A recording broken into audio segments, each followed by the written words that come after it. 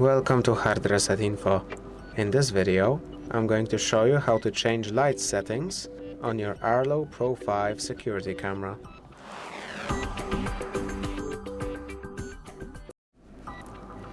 If you want to change light settings, go into Devices, tap on the camera, then the settings icon, and in here scroll down to light settings.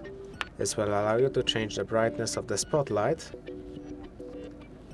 to your desired level, be it lower if you want to conserve battery life, or higher if you want it to be brighter. If you want to change the brightness of your recordings, you can go into video settings and then change video brightness right here, which should increase the brightness you can see in your video. You may have to wait for it to load in to see the preview.